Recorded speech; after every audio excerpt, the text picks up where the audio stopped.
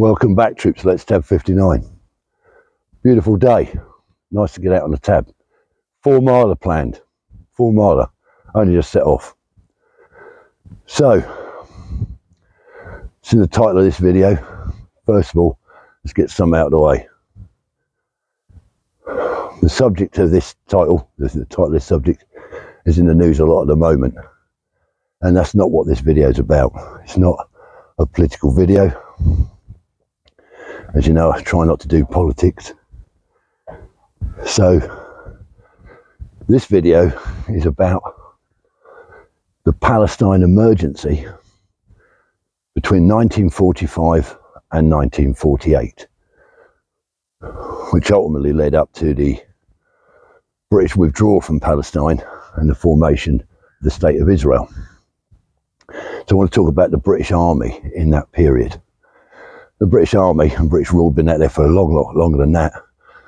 But the 1945 to 1948 period is quite important to what I want to talk about.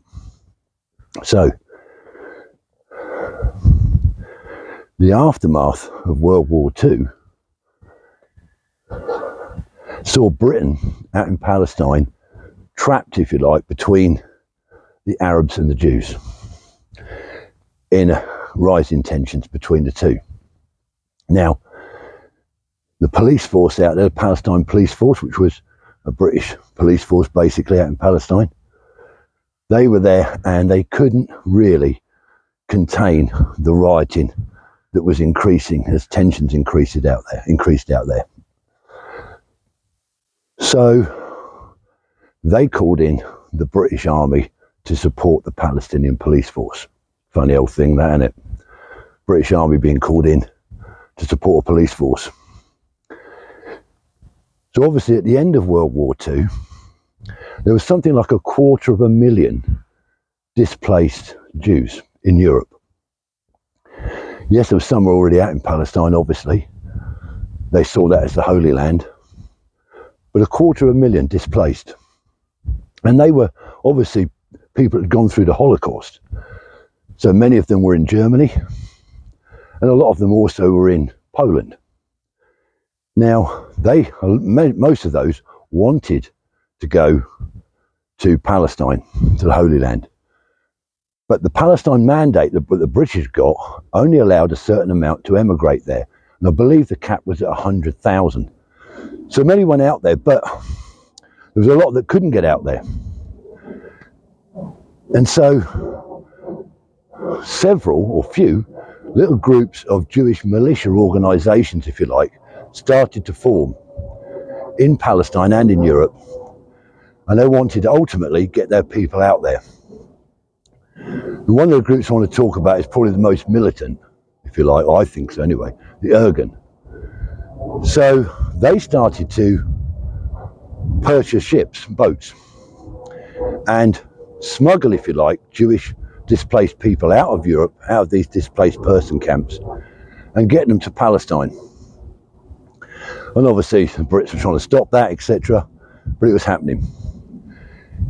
And this is when all the rioting was kicking off out there. So the British Army quickly found itself out there. Now, we sent out for the Palestine Emergency 2 divisions, the 1st Infantry Division and the 6th Airborne Division.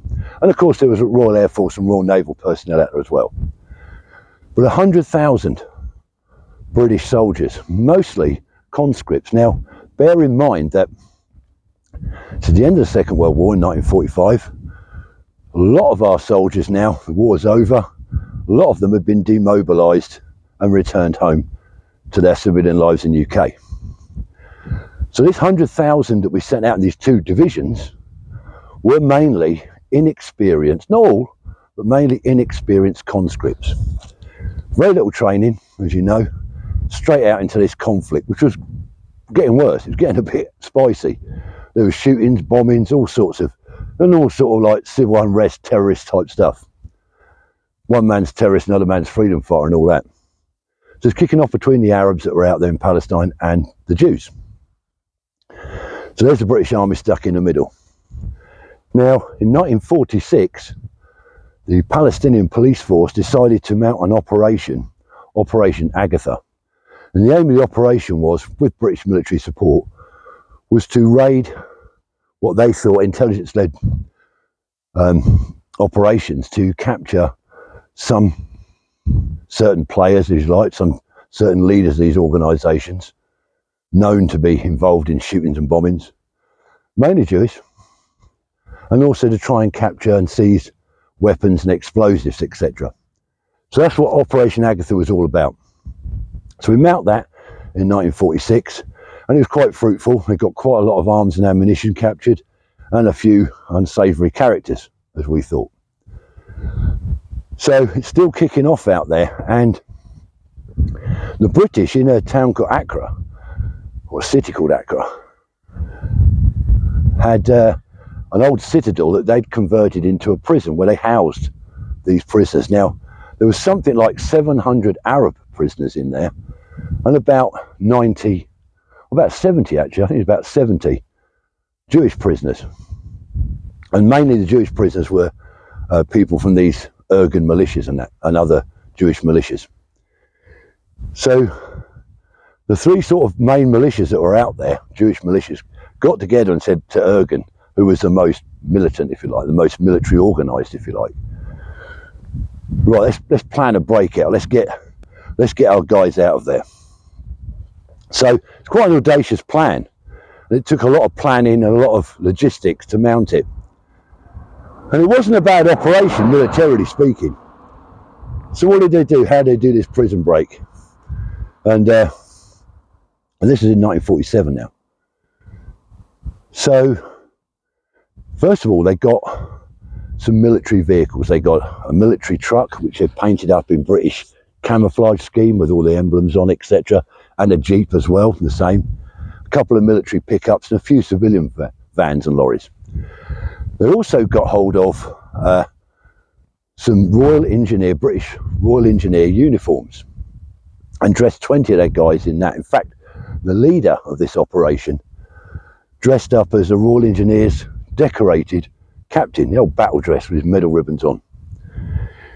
They were going to be the main force that were going to go up to the prison itself, dressed up in this British kit, in British vehicles, and get the prisoners out. They needed a lot of explosives. They needed a blocking team to deny the British to be able to pursue them after the prison breakout. And they needed a distraction, because just down the road from the prison was a British Army base, where there's sort of like a QRF, an augmentation force, if you like. And they knew that as soon as the prison break kicked off, that they would deploy this QRF, so they needed to deal with that as well. So out of the 70, 90 Jewish prisoners in there, they couldn't take them all, because they just didn't have the logistics to take that amount of prisoners out of the prison. So 41 prisoners inside there, Jewish prisoners. The Arabs knew nothing about, the Arab prisoners knew nothing. 41 of the Jewish prisoners were earmarked for the escape, and they were in. All the Jewish prisoners were in on it, but these 41 were the ones that knew they were going to come out. So they've smuggled explosives in, and they've briefed these prisoners. Got explosives into the prison. How did that work? So they've got explosives into these prisoners, small amounts. So the road party, if you like, all the trucks and the guys dressed as engineers, they make their way to Acre City. 3 guys dressed as Arabs with a mortar tube set themselves up near the British Army base. Another blocking force is putting mines on the main roads leading out of the city, so that in an attempt that when they escape, if the British are following them, they're going to hit these mines on the road. The plan's all in place for a Sunday. I think Sunday, May the 4th was the date. So they're all set up. The mortar team's in place, the blocking force, if you like, the lads with the mines set on the roads, they're all set up. The convoy pulls into Acre. One of the trucks stops, out jump some of these Irgun militia dressed in Royal Engineers uniforms with ladders and some explosives, and they're posing as sort of telephone engineers, and they go over to a wall near this Turkish bath place where they're going to blow the hole and start setting themselves up. At 3 o'clock in the afternoon in the prison, that's when the prisoners are let out for exercise in the exercise yard. So 3 o'clock, the prison doors open, the cell doors open, and all the prisoners, Arabs and the Jews, go down to the exercise yard, but not the 41 that are going to escape. The 41 that are earmarked for escape stay in their cells. At 22 minutes past 4 on that Sunday afternoon, the bomb detonates and blows a massive hole in the prison wall. There's huge confusion inside the prison, especially amongst the Arabs, because they don't know what's going on. They're running around like headless chickens, or alles über the Platz. Some of them were running around so scared they were running into barbed wire fences. At that same time, the mortar team fire mortars into the British Army base where the QRF are housed, causing a bit of confusion in there, and then they bug out. The Jewish prisoners that are due for escape, the 41 that's due for escape, they've got some explosives. They start setting fire to some flammable stuff to cause more confusion and smoke screen within the prison. They broke out of their wall and into the outer wall where the hole is, and start piling into these waiting trucks to bomb burst out the city on different routes. And off first goes the first truckload. And I think it's something like about 11 or 15 of them in there. And off they trundle in the truck. Now, they head south out of the city towards the coast. Just so happened that Sunday afternoon that on the coast, on the beach there, was some British soldiers that were swimming and sunbathing. Bit of R&R, I suppose. They've got all their kit with them. They hear the commotion and see these vehicles coming and realise what's going on. And they grab their kit and put a snap ambush in and open up on the truck. Truck loses control, it hits some cactus or something, it falls on its side. And the British troops are engaged in a bit of a gunfight. And they kill, I think a total of 9 they kill. Some died later in hospital, and I think, or some died later in hiding rather. And I think even 1 or 2 of these Jewish guys that had escaped were recaptured and died of their wounds in the prison because they were refused, the British refused to give them medical attention, and they died. Some were captured. Anyway, in all the confusion, in the whole of the operation kicking off, a lot of Arabs have escaped as well. I mean, they had nothing to do with the operation, but they managed to escape. So, most, not all, I think 27 of the original 41 actually got away proper. But what the Brits did capture was they captured 5 of the people involved in mounting the operation. And they were mainly the blocking force. They got them captured. Now, they get them back to prison, put them up in before a court. They're all found guilty.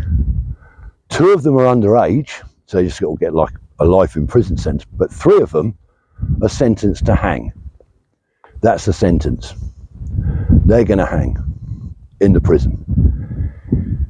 Before the sentence is carried out, Ergun captured 2 British sergeants from the Int Corps. They kidnap these 2 British sergeants from the Int Corps, and they say to the Brits, look, if you don't release our guys from the prison, if you carry out that sentence and hang them, we'll hang your 2 sergeants. Now the Brits, not wanting to bow down to terrorism, refuse to do that. And they go ahead and hang the 3 prisoners, Jewish prisoners. And a couple of days later, Ergun, they do exactly the same. They hang the 2 British sergeants, God bless them. And they booby trap the bodies. They tell the Brits where they are. And when a British officer goes forward to cut these 2 dead soldiers down, the device detonates and he gets seriously injured. Now, back in UK, this kicked off massive anti-Semitism. There was riots in many of the big cities. And I think at that stage, the British thought, we ain't going to get nowhere with this. This is going down the pan very quickly. So there's a bit of a discussion between the Arabs and the Jews. They can't come to a settlement. And Britain finally says, right, we're going to hand this over to the UN to deal with. So UN get involved, and they come up with the decision that they should be 2 separate states, one for the Arabs and one for the Jews. Britain says, okay, Some countries in the UN voted against it, but there was a majority for it. The British said yes to it, but we are not going to oversee the setting up of these two states. We're out of there. And the Brits just wanted to get out of Dodge. And basically had a withdrawal. As the civil war kicked off, once this happened, they knew the Brits were going. The UN had given, there was going to be a civil war between the Arabs and the Jews. And Britain pulled out its governor, pulled out its bits and pieces from everything, and they all went out to the airfield and the ships and just pulled out, got out of Dodge, and basically left the two warring factions to it. When the civil war did ensue, as you know, and in it was April, May 1948, the state of Israel was recognised by the UN, and it became a country in its own right. And that's where we are today, in a way, I suppose. It cost over 750 British lives, that's British police out there, Palestine Police Force, and British forces dead. Umpteen Arabs and civilians, I don't know what else happened there. But it did lead to a bit of a serious state of affairs. So that's the Palestine Emergency. Just a touch of history on it, not an in-depth history. Just what I know a little bit about, what I've looked at. You can look it up further. The British forces that were out there in that time, 45 to 48, received the GSM, as it was then, the General Service Medal, with a clasp saying Palestine 1945 to 1948. And I knew when I was still serving, especially when I was a younger soldier, we had a couple of Palestine Army veterans with us, and they'd have their Northern Ireland GSM on, which is slightly different, same colour ribbon but different order, and they'd have their older GSM medal next to it with the bar Palestine 1945 to 1948. So there we go, the Palestine Emergency. That's the last of the video for today. I'll be doing some more soon, so please stay tuned to the channel. Keep an eye out for what I'm coming up. Thanks for tuning in. Thank you for your support and your comments. And if you haven't subscribed to my channel, please consider it. I'm not saying do it, I'm saying consider it. Till the next time, troops, hopefully it won't be too long. Stay safe and remember, let's tab.